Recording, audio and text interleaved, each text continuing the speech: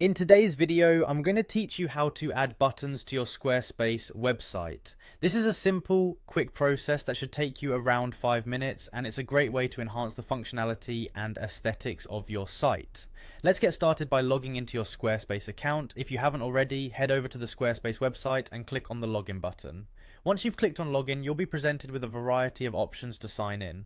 For today's tutorial, we'll keep it straightforward by using the Continue with Google option. This is a convenient way to access your account quickly, especially if your browser already syncs with your Google profile. Now that you're logged in, you'll see a list of your websites. Go ahead and click on the website where you wish to add a button. This will be the home page for managing your selected site.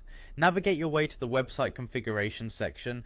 Here you should see an option to go to edit mode. It's often marked with an edit button or icon, which will enable you to modify your site's content and layout. Once you are in edit mode, look for the option to add a block. Squarespace uses a block-based system similar to many modern website builders, allowing for flexibility when adding various types of content, from text to images and beyond.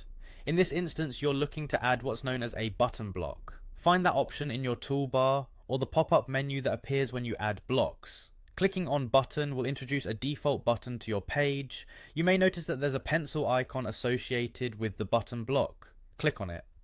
This icon is your gateway to customizing the button according to your preferences. Here you can modify various aspects of the button's design, including its label, style, and color to better fit the aesthetics of your website. It's a good idea to use this step to also define what action the button will perform, such as linking to an internal page or an external website. Remember, a button is only as useful as the function it performs, so take some time to think about where you want it to lead your visitors. After you finalize the design and functionality of your button, don't forget to save your work. Squarespace typically has a save or publish option right in the editing menu. Confirm your changes and your new button will be live on your website. And there you have it, a quick and easy way to add interactive buttons to your Squarespace website. Thank you for watching, and I hope this helps you make your site even more engaging for your visitors. Make sure to subscribe for more helpful tutorials.